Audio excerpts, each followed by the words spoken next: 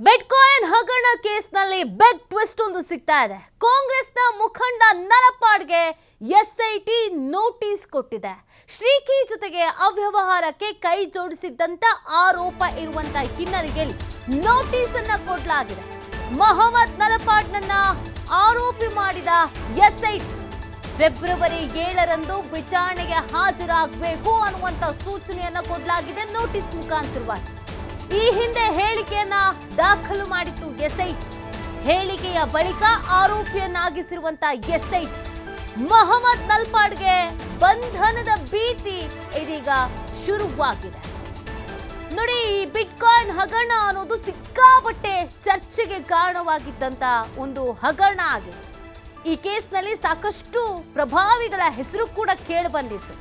ತನಿಖೆಯ ಸಂದರ್ಭದಲ್ಲಿ ಇದೀಗ ನಲಪಾಡ್ನ ಸ್ಟೇಟ್ಮೆಂಟ್ ಅನ್ನ ಪಡ್ಕೊಳ್ಳಲಾಗಿತ್ತು. ಅದಾದ ಮೇಲೆ ಈತರ ಮೇಲೂ ಕೂಡ ಇದೀಗ ವಿಚಾರಣೆಗೆ ಹಾಜರಾಗಬೇಕು ಅಂತ ನೋಟಿಸ್ ಅನ್ನ ಕೊಡಲಾಗಿದೆ. ಎಸ್ಐಟಿ ಒಂದು ನೋಟಿಸ್ ಅನ್ನ ಕೊಡಲಾಗಿದೆ. ಶ್ರೀಕಿ ಜೊತೆಗೆ ಅವ್ಯವಹಾರಕ್ಕೆ ಕೈ ಜೋಡಿಸಿದ್ದ ಅನ್ನುವಂತ ಆರೋಪದ ಅಡಿಯಲ್ಲಿ ಮೊಹಮ್ಮದ್ ನಲಪಾಡ್ನನ್ನ ಆರೋಪಿ ಮಾಡಿದೆ ಎಸ್ಐಟಿ. ಇದೇ ಫೆಬ್ರವರಿ 7ರಂದು ವಿಚಾರಣೆಗೆ ಹಾಜರಾಗಬೇಕು ಅನ್ನುವಂತ ನೋಟಿಸ್ ಅನ್ನ ಕೊಡಲಾಗಿದೆ. ಸೊ ವಿಚಾರಣೆಗೆ ಹಾಜರಾದ ನಂತರದ ಬೆಳವಣಿಗೆಗಳು ಏನು ಅನ್ನೋದು ಸಹಜವಾಗಿರುವಂತ ಪ್ರಶ್ನೆ. ಕಾಂಗ್ರೆಸ್ನ ನಾಯಕರಾಗಿ ಇತ್ತೀಚೆಗೆ ಸಾಕಷ್ಟು ರೀತಿಯಾದಂತಹ ಕಾರ್ಯಕ್ರಮಗಳನ್ನ ಆಯೋಜನೆ ಮಾಡೋದು, ಕಾರ್ಯಕ್ರಮಗಳಲ್ಲಿ ಭಾಗಿಯಾಗೋದು ಎಲ್ಲವನ್ನ ಕೂಡ ಮಾಡ್ತಾ ಇದ್ರು. ಆದ್ರೆ ಇದೀಗ ಕಾಂಗ್ರೆಸ್ನ ಮುಖಂಡನಿಗೆ ನೋಟಿಸ್ ಅನ್ನ ಕೊಡಲಾಗಿದೆ. ನಲಪಾಡ್ನನ್ನ ಮೊದಲಿಗೆ ವಿಚಾರಣೆಗೆ ಒಳಪಡಿಸಲಾಗಿತ್ತು, ಸ್ಟೇಟ್ಮೆಂಟ್ಗಳನ್ನ ಪಡ್ಕೊಳ್ಳಲಾಗಿತ್ತು.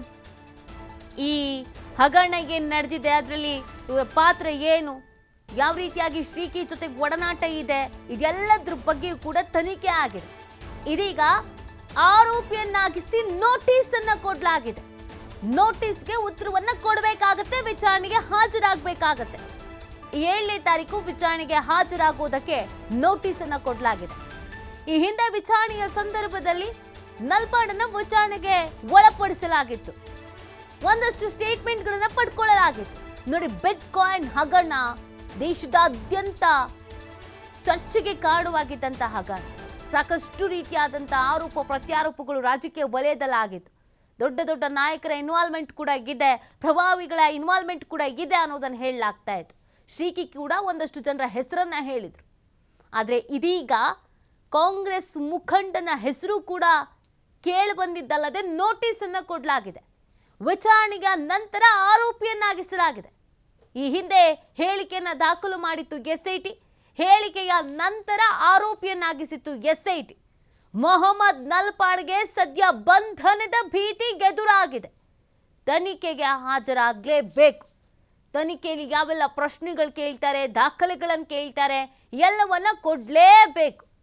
ಸದ್ಯ ನಲಪಾಡ್ಗೆ ಎಸ್ಐಟಿಯಿಂದ ನೋಟಿಸ್ ಬಂದಿರೋದು ರಾಜಕೀಯ ವಲಯದಲ್ಲಿ ಚರ್ಚೆಗೆ ಕಾರಣವಾಗಿದೆ. ಹೇಳಿ ಕೇಳಿ ಕಾಂಗ್ರೆಸ್ನ ನಾಯಕ ನಲಪಾಡ್, ಅಧಿಕಾರದಲ್ಲಿರೋದು ಕಾಂಗ್ರೆಸ್. ನಲಪಾಡ್ ಮೇಲೆ ಈ ಹಿಂದೆ ಕೂಡ ಸಾಕಷ್ಟು ರೀತಿಯಾದಂಥ ಆರೋಪಗಳು ಕೇಳಿಬಂದಿತ್ತು. ಒಂದಷ್ಟು ಪ್ರಕರಣಗಳಲ್ಲಿ ಇವರ ಹೆಸರು ಮುಂಚೂಣಿಯಲ್ಲಿ ಇತ್ತು. ಅದಾದ ಮೇಲೆ ಪಕ್ಷದ ಸಂಘಟನೆ, ಪಕ್ಷ ಅಂತ ಓಡಾಡ್ತಾ ಇದ್ರು. ಇದೀಗ ಈ ಹಗರಣದಲ್ಲಿ ನಲಪಾಡ್ಗೆ ಎಸ್ಐಟಿ ನೋಟಿಸ್ ಒಂದನ್ನು ಕೊಟ್ಟಿದೆ. 7ನೇ ತಾರೀಕು ವಿಚಾರಣೆಗೆ ಹಾಜರಾಗಬೇಕು ಅನ್ನುವಂಥ ನಿಟ್ಟಿನಲ್ಲಿ ನೋಟಿಸ್ ಅನ್ನ ಕೊಡಲಾಗಿದೆ. ವಿಚಾರಣೆಗೆ ಹಾಜರಾಗಬೇಕಾಗತ್ತೆ. ವಿಚಾರಣೆಗೆ ಹಾಜರಾಗಲಿಲ್ಲ ಅಂತ ಅಂದ್ರೆ ಕಷ್ಟ. ಬಂಧನದ ಭೀತಿಯನ್ನ ಎದುರಿಸ್ತಾ ಇದ್ದಾರೆ ಮೊಹಮ್ಮದ್ ನಲಪಾಡ್. ರಾಜಕೀಯವಾಗಿ ಕೂಡ ಈ ಹಗರಣ ಸಾಕಷ್ಟು ಕುತೂಹಲಕ್ಕೆ ಕಾರಣವಾಗ್ತಾ ಇದೆ. ಮೊಹಮ್ಮದ್ ನಲಪಾಡನ್ನ ಆರೋಪಿಯನ್ನಾಗಿಸಿರುವುದು ಬಿಜೆಪಿಗೆ, ಜೆಡಿಎಸ್ಗೆ ಪ್ರಬಲ ಅಸ್ತ್ರ ಆಗ್ತಾ ಇದೆ. ಅವರದ್ದೇ ಸರ್ಕಾರ, ಅವರದ್ದೇ ಆಡಳಿತ, ಅವರದ್ದೇ ಪಕ್ಷದ ನಾಯಕನಿಗೆ ನೋಟಿಸ್. ಮೊಹಮ್ಮದ್ ನಲಪಾಡ್ಗೆ ಸದ್ಯ ಬಂಧನದ ಭೀತಿ ಎದುರಾಗಿದೆ. ಹ್ಯಾಕರ್ ಶ್ರೀಕಿಯನ್ನ ವಶಕ್ಕೆ ಪಡೆದು ವಿಚಾರಣೆಯನ್ನ ಮಾಡಲಾಗಿತ್ತು. ಸಾಕಷ್ಟು ಸ್ಫೋಟಕ ವಿಚಾರಗಳು ಹೊರಗೆ ಬಿದ್ದಿದ್ದು.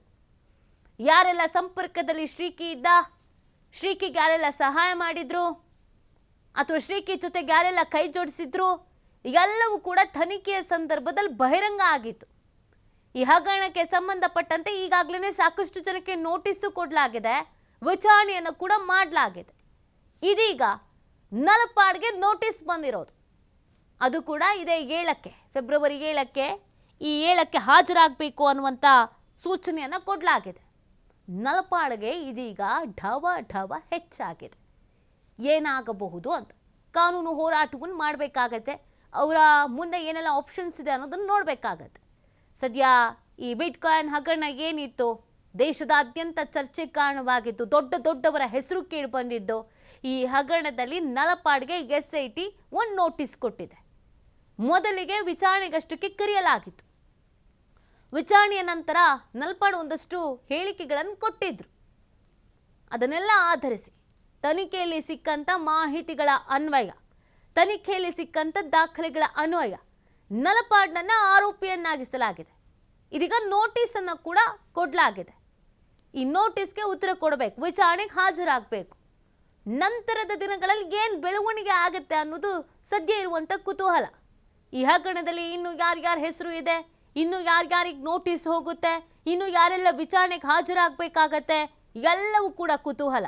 ಸದ್ಯ ನಲಪಾಡ್ಗೆ ಇದೀಗ ಬಂಧನದ ಭೀತಿ ಎದುರಾಗಿದೆ, ನಡುಕ ಶುರುವಾಗಿದೆ.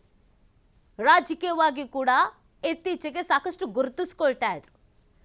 ಒಂದೊಳ್ಳೆ ಭವಿಷ್ಯವನ್ನು ಕಲ್ಪಿಸ್ಕೋಬೇಕು ಅಂತ ಮಹದಾಸೆ ಇವ್ರಿಗೂ ಇತ್ತು, ಇವರ ತಂದೆಗೂ ಕೂಡ ಇತ್ತು, ಮಗನಿಗೊಂದೊಳ್ಳೆ ರಾಜಕೀಯ ಭವಿಷ್ಯ ಕಲ್ಪಿಸ್ಬೇಕು ಅಂತ. ಇದೀಗ ಈ ಅತಿ ದೊಡ್ಡ ಹಗರಣ, ಬಿಟ್ಕಾಯಿನ್ ಹಗರಣದಲ್ಲಿ ನಲಪಾಡನ್ನ ಆರೋಪಿಯನ್ನಾಗಿಸಿರೋದ್ರಲ್ಲದೆ ನೋಟಿಸನ್ನು ಕೊಟ್ಟಿರೋದು ರಾಜಕೀಯ ಭವಿಷ್ಯದ ಮೇಲೂ ಪರಿಣಾಮ ಬೀರುವಂಥ ಭಯ ಒಂದು ಕಡೆಯಲ್ಲಿ, ರಾಜಕೀಯ ನಾಯಕರುಗಳಿಗೆ ಏನು ಹೇಳ್ತಾರೋ ಏನು ಮಾಡ್ತಾರೋ ಅಂತ ಆತಂಕ ಇನ್ನೊಂದು ಕಡೆಯಲ್ಲಿ. SIT ಯಾವ ರೀತಿಯಾಗಿ ತನಿಖೆಯನ್ನು ನಡೆಸ್ಬೋದು, ಏನಾಗಬಹುದು ಅನ್ನೋದು ಪ್ರಶ್ನೆ.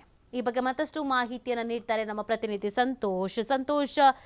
ಈ ಬಿಟ್ಕಾಯಿನ್ ಹಗರಣ ಪ್ರಕರಣ ಸಾಕಷ್ಟು ರೀತಿಯಾದ ಚರ್ಚೆಗೆ ಕಾರಣವಾಗಿತ್ತು, ದೊಡ್ಡವರ ಇನ್ವಾಲ್ವ್ಮೆಂಟ್ ಇದೆ ಅಂತ ಕೂಡ ಮಾತುಗಳು ಕೇಳಿ ಬಂದಿತ್ತು. ಈಗ ನಲಪಾಡ್ಗೆ ನೋಟಿಸ್ ಕೊಟ್ಟಿರೋದು, ಈ ನೋಟಿಸ್ಗೆ ಯಾವ ರೀತಿಯಾಗಿ ಉತ್ತರ ಕೊಡಬೇಕಾಗತ್ತೆ, ಹೇಗೆ ನಲಪಾಡ್ ಕಾನೂನು ಹೋರಾಟವನ್ನು ಮಾಡಬೇಕಾಗತ್ತೆ, ಏನು ಆಪ್ಷನ್ಸ್ ಇದೆ ಅವ್ರ ಮುಂದೆ? ಈಗ ನೀತಿ ಏನು ಬಿಟ್ಕಾಯಿನ್ ಪ್ರಕರಣ ಸಾಕಷ್ಟು ಸದ್ದು ಮಾಡಿತ್ತು. ಹಿಂದೆ ರಾಜಕಾರಣಿಗಳ ಪುತ್ರ ಇರ್ಬೋದು, IPS ಅಧಿಕಾರಿಗಳಿರ್ಬೋದು, ಹೀಗೆ ಹಲವರು ಕೂಡ ಈ ಪ್ರಕರಣಕ್ಕೆ ಸಂಬಂಧಪಟ್ಟ ಹಾಗೆ ನೋಟಿಸ್ ಅನ್ನು ಕೊಡಲಾಗಿತ್ತು. ಅದರಲ್ಲಿ ಮೊಹಮ್ಮದ್ ಹ್ಯಾರಿಸ್ ನಲಪಾಡ್ ಕೂಡ ಹೆಸರು ಕೇಳಿ ಬಂದಿತ್ತು.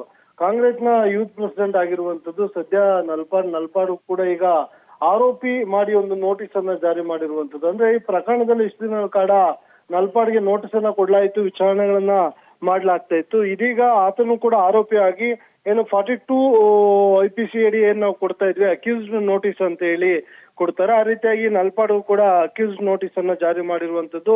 ಫೆಬ್ರವರಿ 7ಗೆ ಇವರು SIT ಅಧಿಕಾರಿಗಳ ಮುಂದೆ ಅಪಿಯರ್ ಆಗ್ಬೇಕಾಗತ್ತೆ, ಅಲ್ಲಿ ವಿಚಾರಣೆಯನ್ನು ಕೂಡ ಎದುರಿಸ್ಬೇಕಾಗತ್ತೆ.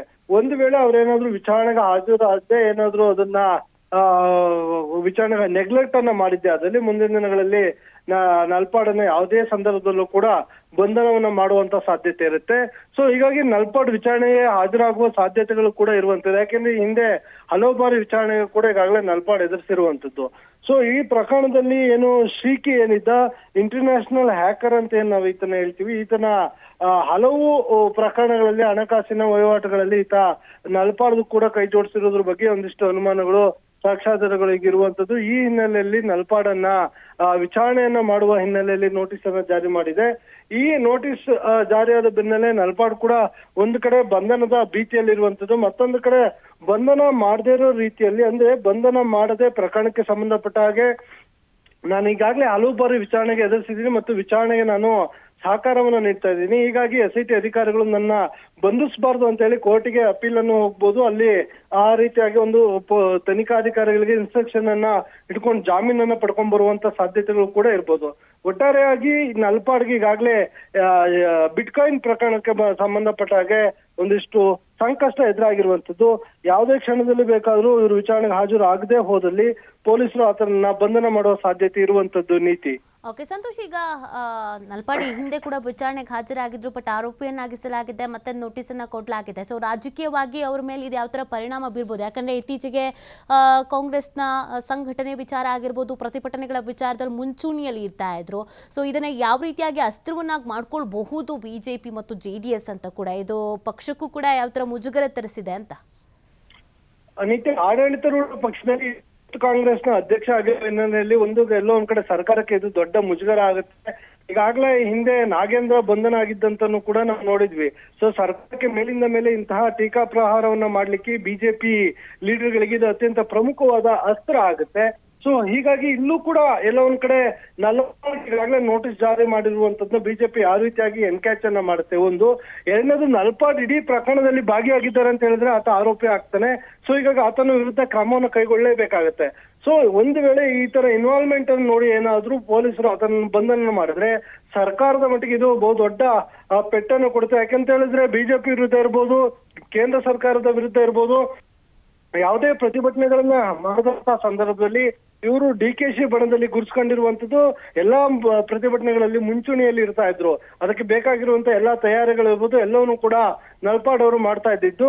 ಹೀಗಾಗಿ ಒಂದು ವೇಳೆ ಅವರ ಬಂಧನ ಆದ್ರೆ ಒಂದು ಕಡೆ ನಲ್ಪಾಡ್ ಅವ್ರಿಗೂ ಮುಜುಗರ, ಅವರ ತಂದೆ ಹ್ಯಾರಿಸ್ ಅವರು ಕೂಡ ಮುಜುಗರ, ಮತ್ತೊಂದು ಕಡೆ ಡಿ.ಸಿ.ಎಂ ಡಿ.ಕೆ. ಶಿವಕುಮಾರ್ ಏನಿದ್ದಾರೆ ಅವರು ಕೂಡ ದೊಡ್ಡ ಮಟ್ಟದ ಮುಜುಗರ ಆಗುವಂತ ಸಾಧ್ಯತೆ ಇರುವಂತದ್ದು. ಹೀಗಾಗಿ ಇದಕ್ಕೆ ಈ ಇಡೀ ಪ್ರಕರಣದಲ್ಲಿ ನಲ್ಪಾಡ್ ಅವರ ಪಾತ್ರ ಇದೆ ಅನ್ನೋದು ಎಲ್ಲ ಒಂದ್ ಕಡೆ ಸಾಬೀತಾಗಿರುವ ಹಿನ್ನೆಲೆಯಲ್ಲೇ ಪೊಲೀಸರು ಅಕ್ಯೂಸ್ ನೋಟಿಸ್ ಅನ್ನ ಕೊಟ್ಟಿರುವಂತದ್ದು. ಆದ್ರೆ ಇವರ ಪಾತ್ರ ಎಷ್ಟು ಮಟ್ಟಿಗಿದೆ, ಏನಿದೆ, ಏನೆಲ್ಲ ಇವರು ಅವ್ರಿಗೆ ಜೊತೆ ಕೈ ಜೋಡಿಸಿದ್ರು ಅನ್ನೋದು ಪೊಲೀಸರ ತನಿಖಾ ನಂತರ ಹೊರಬರಬೇಕಾಗಿರುವಂತದ್ದು. ನೀತಿ. ಓಕೆ, ಥ್ಯಾಂಕ್ ಯು ಸಂತೋಷ್ ತಮ್ಮ ಡೀಟೇಲ್ಸ್ಗಾಗಿ.